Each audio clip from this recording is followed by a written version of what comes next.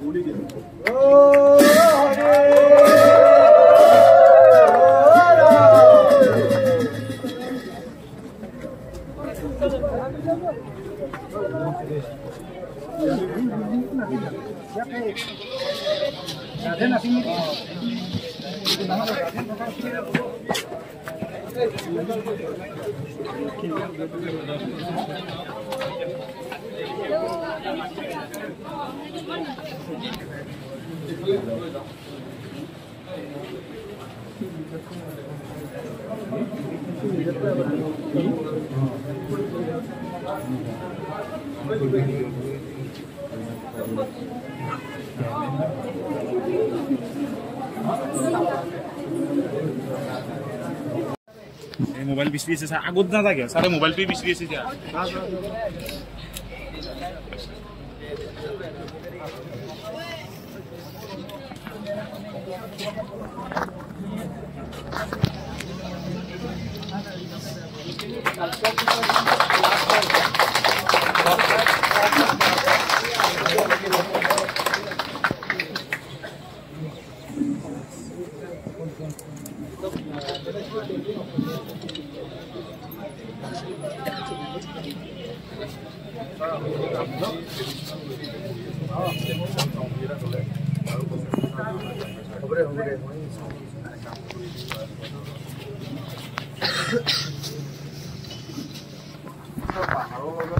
ভাবি যদি আমি ডিজাইনটো কৰোঁ আৰ্টিষ্ট চুজ কৰোঁ অকল ডিজাইন ইঞ্জিনিয়াৰ নাৰাখি আমাৰ এতিয়া 40টামান ল'ৰা ছোৱালী আছে তাত ছোৱালী নাই অকল ছোৱালীৰ সুবিধা নাই ছোৱালী ওচৰতে আপোনাৰ কাষতে চাই দিয়ে আছে আগতে আছিলে অসুবিধা একদম মানে নোৱাৰে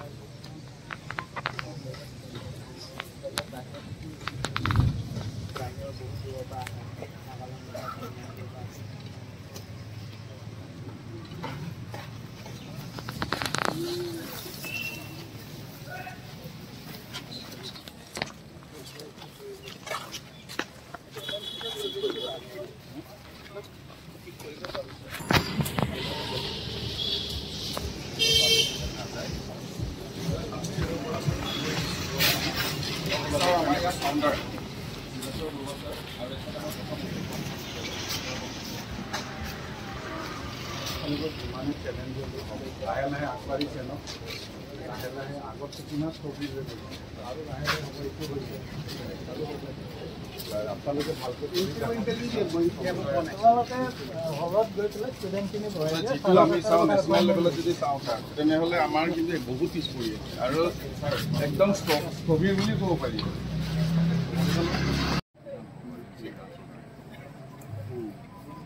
কিন্তু সেইফালে আমি আমাৰ স্কাল্পচাৰ গাৰ্ডেন আছিলে, আমাৰ ফাউণ্ডাৰ ছাৰ, তাতে আমাৰ ষ্টেচু আছিলে, আৰু আমাৰ যিটো পানীৰ মটৰ পাম্প হয় এতিয়াও আমি আপোনাক তাতে দেখাই দিব পাৰিম। মানুহে এইটো আপোনাৰ ইলিগেলি অকুপাই কৰি ৰাখিছে।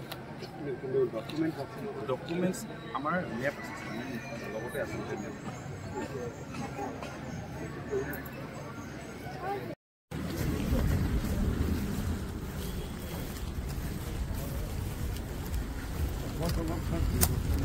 কাম ষ্টাৰ্ট কৰিব নোৱাৰিব। ফৰেষ্টৰ কিবা প্ৰব্লেম আছিল, ক্লিয়াৰ কৰিছোঁ। ফৰেষ্টে কৈছে এইটো ফৰেষ্ট এৰিয়া আছিল বুলি, সেইকাৰণে ৰখাই দিছিলে। তাৰপিছত আমি এইটো ক্লিয়াৰেঞ্চ পাইছোঁ। এতিয়া নতুন ষ্টাৰ্ট কৰিব পাৰে ছাৰ, বাজেট অলপ কম হয়। বাট মানে এইটো বহুত বছৰ একদম কমপ্লিট আছে, মানে সেই ফৰেষ্টৰ কাৰণে এতিয়া চব ক্লিয়াৰ।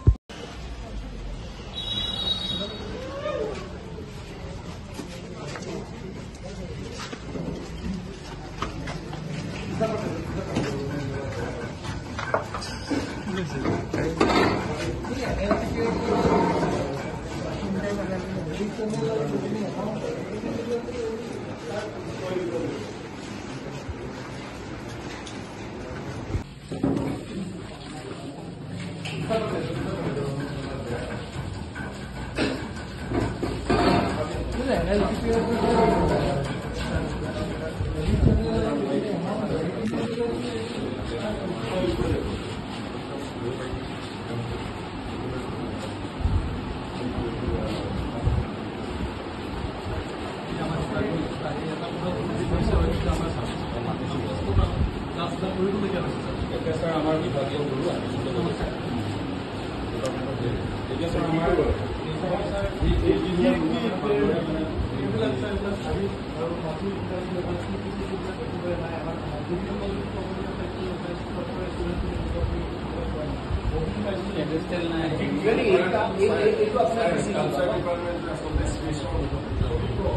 ইয়াতে কাৰ্ভিঙৰ কাম হয়, কাষ্টিঙৰ কাম হয়, ছেপাৰেট লোকেশ্যন লাগে।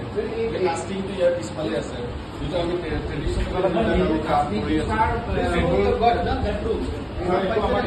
এইটো আগৰ আমাৰ গ্ৰাফিক্সৰ আছিলে, আমি সেইটোলৈ চিফ্ট হোৱাৰ পিছত সেইটো আমি তেওঁলোকক দুটা ৰুমত স্কাল্পচাৰ আছিল, দুটা ৰুমত গ্ৰাফিক্স আছিলে। মানে স্পেচ নহ'লে স্পেচৰ বহুত প্ৰব্লেম আছে। এতিয়া পাব অলপ হৈছে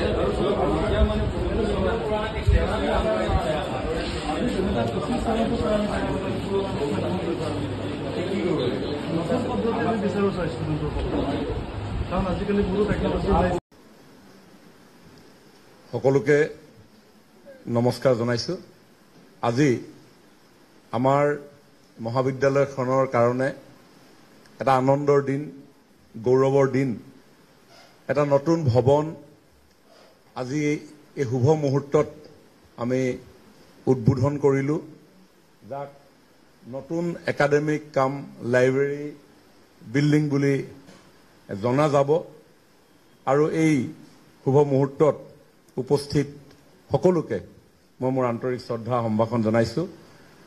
আমাৰ মাজত উপস্থিত আছে অসম চৰকাৰৰ সাংস্কৃতিক পৰিক্ৰমা বিভাগৰ এডিশ্যনেল চিফ ছেক্ৰেটাৰী, অতিৰিক্ত মুখ্য সচিব ডক্টৰ বি কল্যাণ চক্ৰৱৰ্তী ডাঙৰীয়া, সাংস্কৃতিক সঞ্চালক ৰাহুল চন্দ্ৰ দাস ডাঙৰীয়া, এই মহাবিদ্যালয়ৰ অধ্যক্ষ ডক্টৰ নৱজিৎ ডেকা ডাঙৰীয়াকে প্ৰমুখ কৰি এই মহাবিদ্যালয়ৰ সন্মানীয় শিক্ষক শিক্ষয়িত্ৰীসকল, প্ৰাক্তন এই বিদ্যালয়ৰ শিক্ষাৰ্থীসকল আৰু বৰ্তমানৰো ছাত্ৰ ছাত্ৰীসকল, সকলোকে পুনৰ মই মোৰ নমস্কাৰ জনাইছোঁ।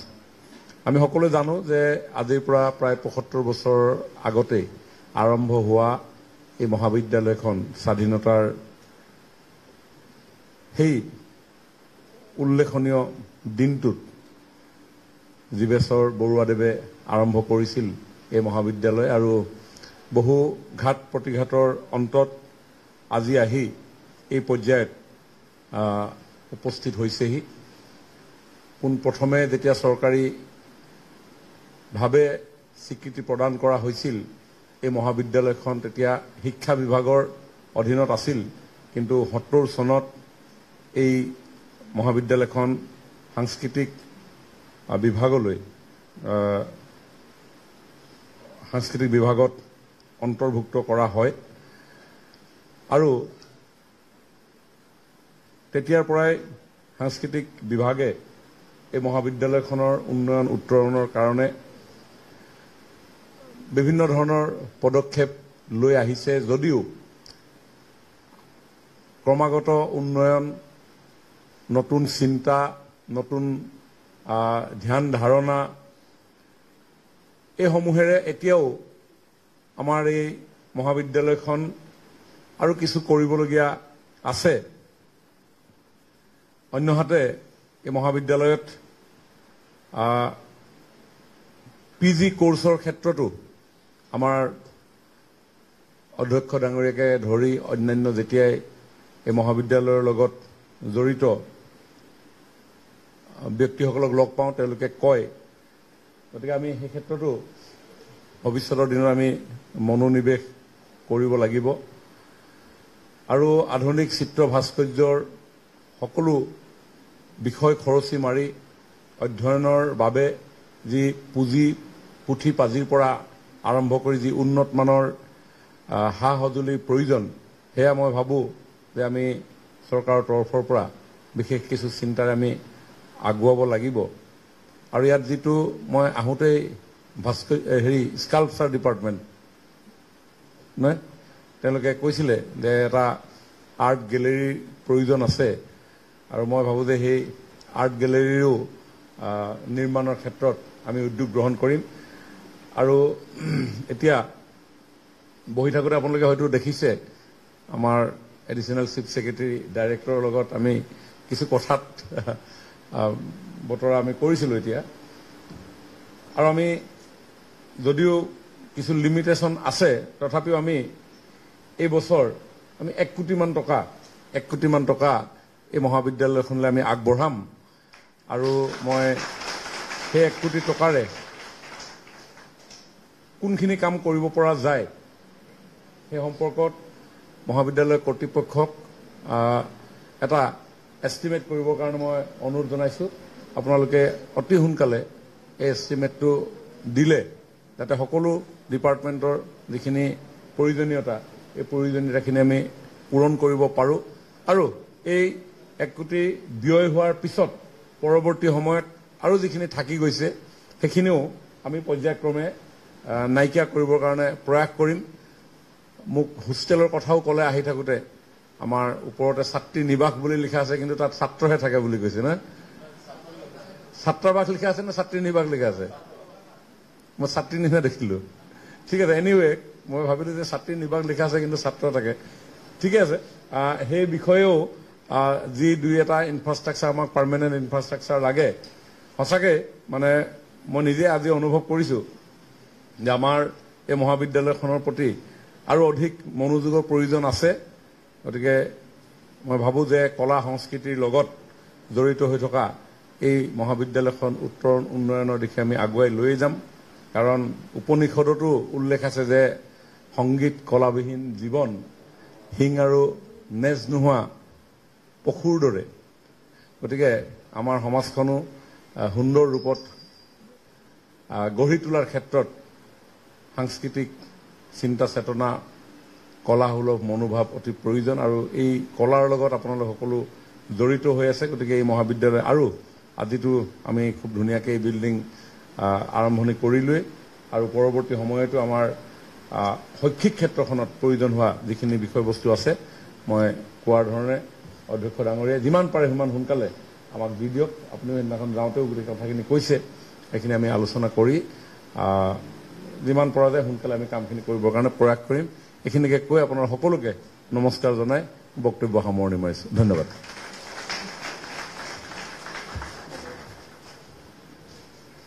প্ৰচাৰ তেওঁলোকৰ গুণ আছে। তেওঁলোকে আমি যদি ভাল এক্সপ'জাৰ দিওঁ, তেওঁলোকে অকল ভাৰতৰে নহয় বিশ্ব দখল কৰিব পৰা ক্ষমতা আছে। সেইখিনি আমাৰ উত্তৰ পূবৰ যিখিনি ল'ৰা ছোৱালী ছাত্ৰ ছাত্ৰী ইয়াতে আহিছে, নিশ্চয়কৈ